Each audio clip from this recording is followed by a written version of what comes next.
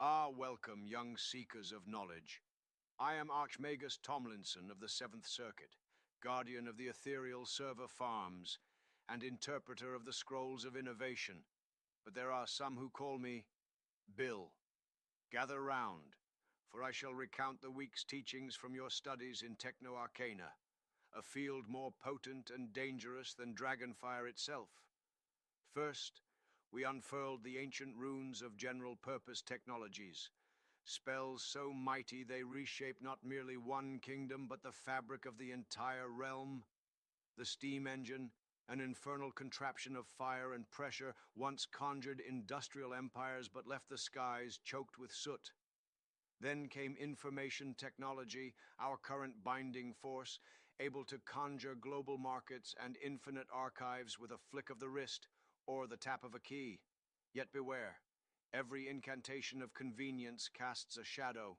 Rampant energy usage, electronic decay, and data centers hotter than a red dragon's breath. Then we peered through the veil of capitalism, where IT does not merely serve, it amplifies. Behold the enchanted mirrors we call social media, where illusions are sold as truth, and desires are stoked by unseen algorithms. High-frequency trading golems clash in nanosecond duels, and workers are watched by the all-seeing algorithms of labor management.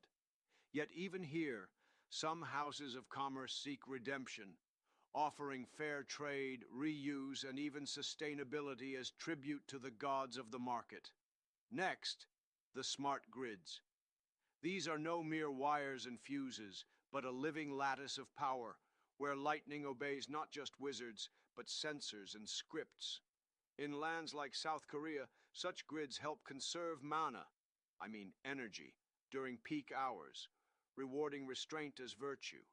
These grids are essential if we are to wield renewable energy without letting it run wild like a feral wind elemental. Then we studied the magics of transport optimization, spells that rearrange the very flow of bodies and goods.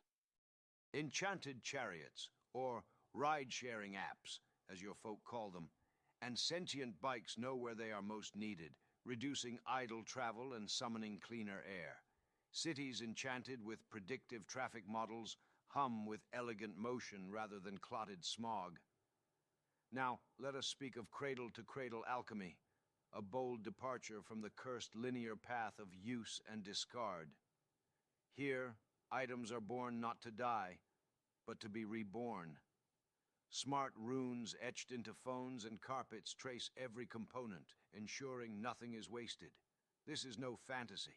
It is systematized reincarnation conjured through data.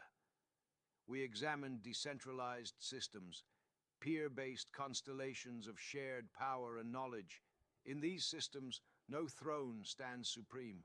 From farmsteads in India to city gardens of the West, magic flows laterally, not vertically. The sorcery of blockchain and distributed ledgers promises trust where trust has failed, and resilience where old empires collapse. Then came environmental monitoring, the divination arts of our time. Through airborne familiars, satellites and drones, we track forest decay, poisoned rivers, and the slow rise of the seas. These auguries help mortals respond to planetary distress, provided they choose to heed the signs. Resource tracking, too, is vital. A kind of clairvoyance through computation. Sensors whisper of water lost, food wasted, and energy leaking into the void. Those who listen carefully can correct course before scarcity strikes. Citizen science. My favorite kind of alchemy. Powered not by sages, but by villagers. Common folk wielding enchanted phones count bees, tag galaxies, and decode animal patterns. Their insights swirl together into great tomes of knowledge, shared by all. And then, the digital twin, an ethereal replica of a thing in the realm of bits. Test your windmill in the twin before building it in stone. Adjust the rainfall on your crops without summoning actual storms. It is illusion, yes, but purposeful illusion wielded for the public good. But even arcana has limits. Thus we studied computing within limits, where wizards forsake power for wisdom. Low-power devices, long-lasting circuits, and humble mesh networks emerged from necessity, not hubris.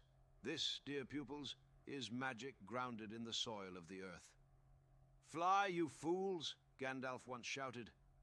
But unlike his warning to escape doom, our task is to fly toward wiser limits, lest our wings melt like Icarus's under the sun of overconsumption.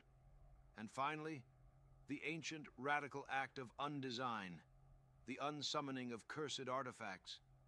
Be it carriages banished from crowded towns, or mind-dulling screens warded away at dinner time, undesign reminds us that not all magic should be cast. So ends our tale for this week's turn. Choose your incantations wisely, apprentices. For every spell you utter reshapes the world, not just for you, but for all who dwell within it.